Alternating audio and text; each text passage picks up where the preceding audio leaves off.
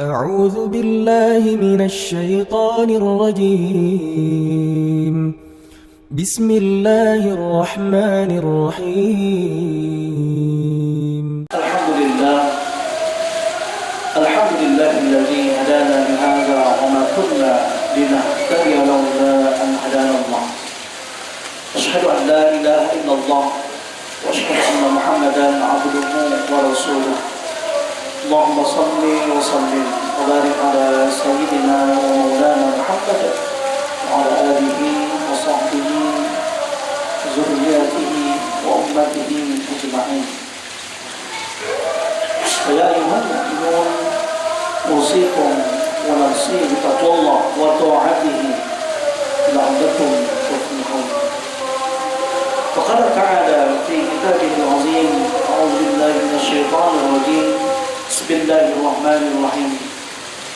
إن الله يدخل الذين آمنوا وعملوا الصالحات جنات تجري من تحتها الأنهار إن الله يفعل ما يريد. صدق الله العظيم. Bapak-bapak, tuan-tuan guru kami, hadirin sidang jemaah Jumat yang dimuliakan Allah. Bersyukur kita kepada Allah masih memberikan kita banyak nikmat sehat, nikmat iman dan Islam yang membuat kita tetap istiqomah dalam taat kepada Allah. Mudah-mudahan nikmat yang banyak itu menjadikan kita sebagai hamba-hamba Allah yang pandai bersyukur, dan dengan nikmat yang banyak itu kita bisa menjadikan diri kita sebagai hamba-hamba Allah yang lebih takwa. Amin ya rabbal alamin. Ma'asyiral muslimin sidang jamaah Jumat yang dimuliakan Allah. Agama Islam adalah agama yang komprehensif, yang bukan hanya mengurusi bagaimana hubungan kepada Sang Maha Pencipta, tetapi juga Islam mengatur bagaimana hubungan kepada sesama manusia. Maka dalam wujud pengabdian yang Allah perintahkan kepada kita, Allah tidak hanya menyuruh kita untuk beribadah dengan ibadah yang berhubungan semata-mata kepada Allah, tetapi banyak juga amalan atau ibadah yang diperintahkan oleh Allah yang hubungannya kepada manusia, atau yang disebut dengan hablum minan nas. Maka dengan bentuk ketaatan yang kita lakukan, tentu Allah akan memberikan kita pahala. Dan dengan pahala yang cukup, maka kelak kita akan dimasukkan oleh Allah ke dalam surga. Namun ternyata bukan hanya amalan-amalan yang bersifat ubudiyah kepada Allah saja yang bisa mengantarkan kita untuk mendapatkan surganya Allah, tapi ternyata masih banyak amalan-amalan sosial yang ternyata dirindukan oleh surga. Dalam satu pertemuan Abu Dzar Al-Ghifari kepada Rasulullah Sallallahu Alaihi Wasallam,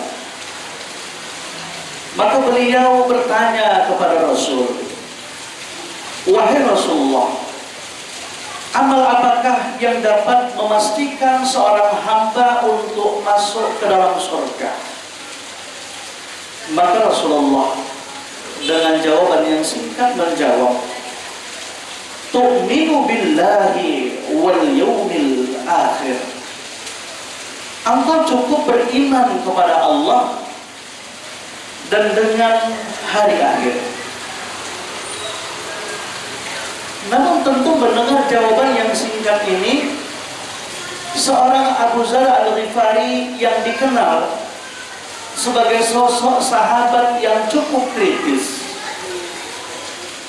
maka beliau kembali melontarkan pertanyaan kepada Rasul. Ya Rasulullah, inna ma'al imani amala.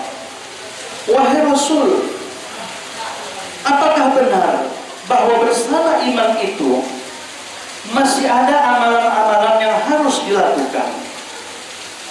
Maka kemudian Rasulullah menjawab, yurdi'u mimma a'tahullah. Cukup bagi seorang hamba memberikan sebagian kecil dari apa yang Allah karuniakan kepadanya.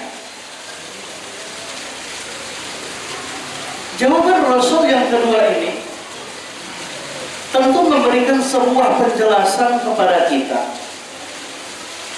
bahwa ketika seorang mukmin memberikan sebagian kecil rezeki yang Allah berikan kepadanya, maka tentu akan bisa membawanya kepada jalan menuju surga. Amalan ini termasuk amalan yang cukup ringan, tetapi ternyata efek dan manfaatnya sangat luar biasa. Kadang-kala kita menganggap ibadah haji adalah amalan yang sangat istimewa. Namun tentu ini hanya diberlakukan kepada orang-orang yang mampu. Ketika kita menganggap bahwa ketika kita berzakat, tentu zakat juga adalah amalan yang sangat mulia. Tentu ini juga hanya bisa dilakukan oleh orang yang sudah masuk dalam kategori muzakki. Namun bagaimana ketika orang-orang yang memiliki status ekonomi lemah? Apakah mereka juga bisa melakukan ibadah yang pahalanya menyamai dengan orang-orang yang memiliki rezeki yang berlebih? Maka salah satunya Rasulullah jelaskan, ketika mereka melakukan sedekah, walaupun sedekahnya dalam jumlah yang sangat kecil. Kadang mungkin kita tidak menyadari betapa bahwa kebiasaan kita untuk mengeluarkan sedikit rezeki kita, apakah kepada tukang parkir, apakah kepada mereka yang membantu kita menyeberang di jalan, ketika kita memberikan uang kita kepada para pengemis, walaupun kelihatannya kecil dan sepele, ternyata amalan ini oleh Rasulullah, beliau katakan, dapat mengantarkan kita untuk masuk ke dalam surga.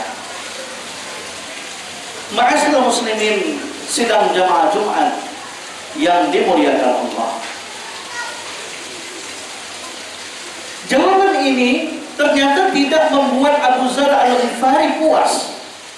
Maka beliau kembali bertanya kepada Rasul, ya Rasulullah, ara'aita in kana faqiran la yajidu ma yuraddi'u bihi.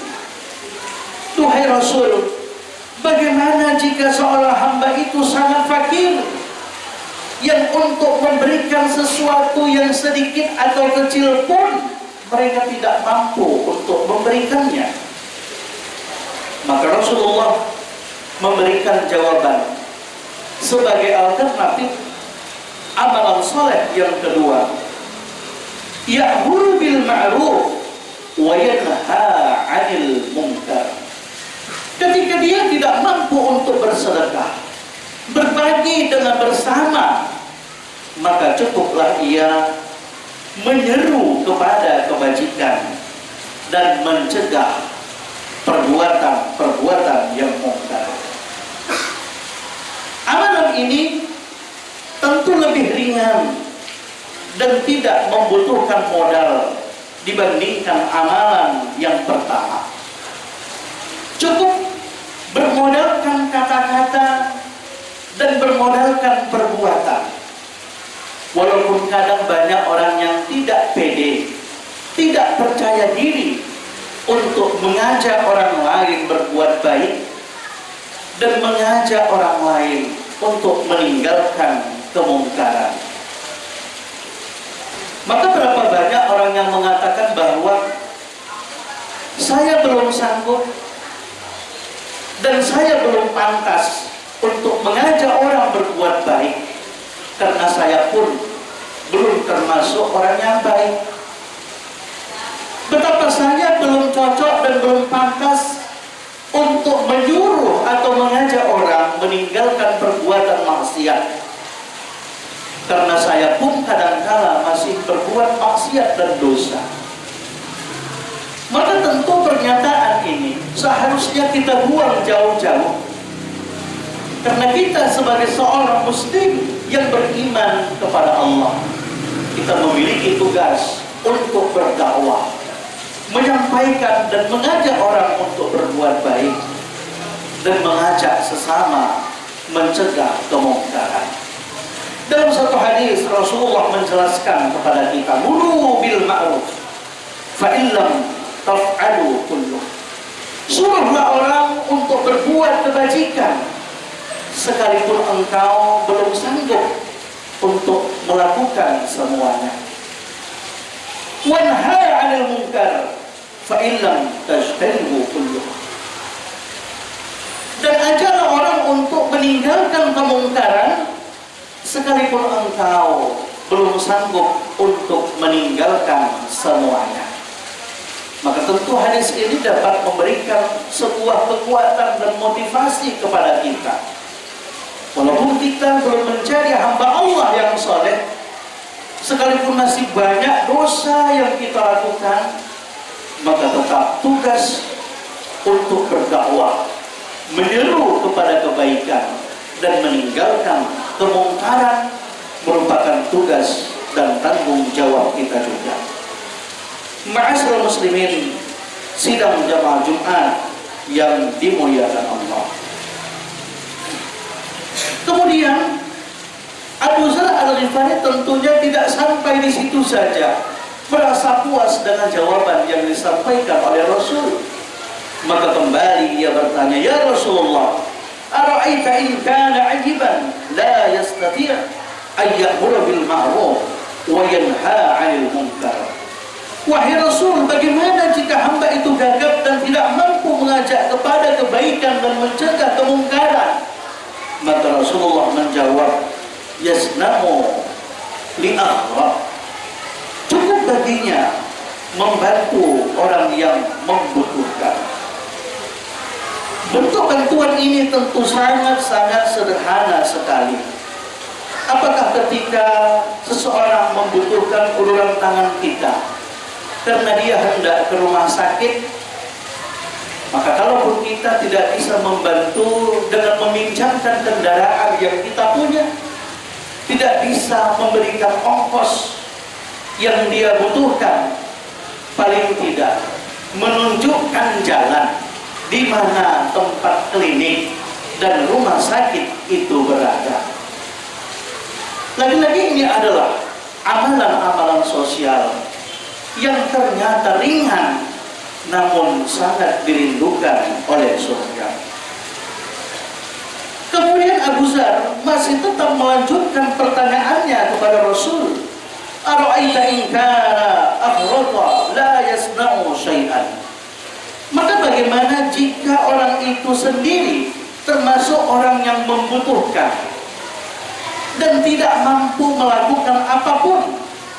Maka Rasulullah kemudian menjawab, yu'inul maghlub, maka cukuplah ia membantu orang yang tertindas. Abu Dzar kembali bertanya, ara'aita in kana dha'ifan la yastati' ay yu'ina maghluban. Bagaimana jika dia lemah dan tidak mampu membantu orang yang tertindas? Maka kemudian Rasulullah menegaskan, ma turidu an yakuna fi sahibika min khairi yumsiku an azan nas. Cukuplah jika engkau ingin sahabatmu menjadi baik, maka hendaklah ia menahan diri dari menyakiti orang lain. Hadis ini menjelaskan bahwa ketika kita tidak mampu untuk melakukan kebaikan, bahkan sekecil apapun, maka paling tidak janganlah kita menyulitkan orang lain atau mungkin mendatangkan dan menimbulkan sesuatu yang dapat membawa dosa kepada orang lain. Maka Rasulullah dalam hal ini menyampaikan, al-muslimu man salimal muslimun min lisanihi wa yadihi. Seorang muslim yang baik itu adalah ketika ia mampu menyelamatkan muslim yang lainnya dari kejahatan tangan dan lisannya. Maka tentu apa yang disampaikan oleh Rasulullah dalam dialog beliau bersama sahabat Abu Dzar Al-Ghifari dapat kita pahami betapa bahwa dalam Islam ternyata masih banyak amalan yang dapat mendukung dan menjadi indikator seseorang itu dapat meraih surganya Allah. Tentunya kita menyempurnakan amalan-amalan yang berhubungan kepada Allah dengan amalan-amalan yang berhubungan kepada sesama manusia. Mudah-mudahan kesempurnaan amal yang kita lakukan dapat menjadikan kita nantinya menjadi hamba-hamba Allah, golongan penghuni surga. Amin ya rabbal alamin. Barakallahu li wa lakum fil Qur'anil azim wa nafa'ni wa iyyakum bima fihi minal ayati wa zikril hakim wa taqabbala minni wa minkum tilawatahu innahu huwas samiul alim.